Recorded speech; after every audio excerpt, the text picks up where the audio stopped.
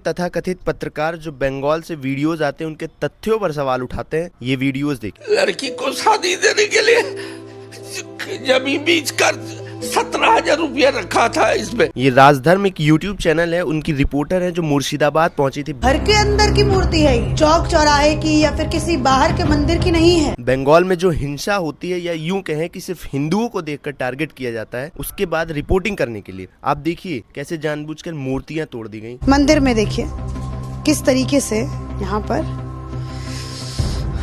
सोचिए, घर में भी सेफ नहीं है यहाँ पे बंगाल में।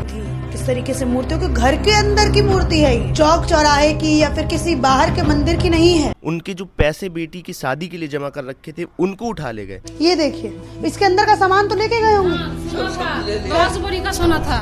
10 भर सोना। हाँ, और टाका था 1.5 लाख टाका।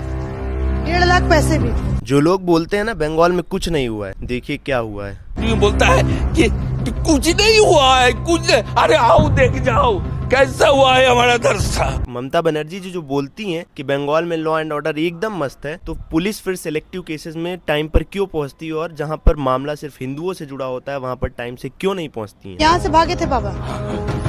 बाहर चल गए जंगल में, तो वहाँ पे 4 घंटा था तब पुलिस नहीं आया। और ये सब तब हो रहा है जब इनके वीडियोस सामने आते हैं कि बंगाल से हिंदुओं को उखाड़ कर फेंक देंगे। उस लोग बोलता है मुंह में वो हिंदू को उखाड़ से उखाड़ देंगे, साल का शेष कर देंगे। देखिए एक चीज तो हमें समझना होगा, अगर बंगाल और बिहार का भविष्य बदलना है तो ये जो चुनाव आने वाले हैं इसमें सरकार एक अच्छी चाहिए, एक स्टेबल चाहिए, जो सिलेक्टिव आउटरीच ना करे, जो सिलेक्टिव होकर कम्युनिटी को टारगेट ना करे। सरकार ऐसी चाहिए जो सिर्फ विकास पे ध्यान दे, रोजगार पर ध्यान दे, और सबसे बड़ी चीज कंपनियां लेकर आए इन राज्यों में। जो इन राज्यों के लोगों को पलायन करना पड़ रहा है ना, वो बंद हो। कितने 5 साल में ममता बनर्जी जी दावे करते हैं और पता नहीं किस बुनियाद पर सरकार में बैठी हुई है, कंपनियां छोड़कर भाग गई। वहां की कंपनियां यूपी आ रही, भाई क्यों आ रही? सिर्फ इस रीजन से क्योंकि वहाँ सुरक्षित माहौल नहीं मिल रहा है उनको। तो बंगाल के युवाओं को ये चीज सोचना चाहिए कि आप जॉब क्या करेंगे, क्या बांग्लादेश में जाकर जॉब करेंगे? तो इस चीज को समझने की जरूरत है। और जो लोग यहाँ पर सिलेक्टिव होकर ये बात बोलते हैं ना कि हिंदुओं के साथ बंगाल में कुछ नहीं हो रहा है, ये सिर्फ प्रोपेगेंडा फैलाया जा रहा है बीजेपी की तरफ से, तो सर एक बार आंखें खोलकर फिर से देखिए ये वीडियो, और ज्यादा से ज्यादा शेयर करिए उन लोगों को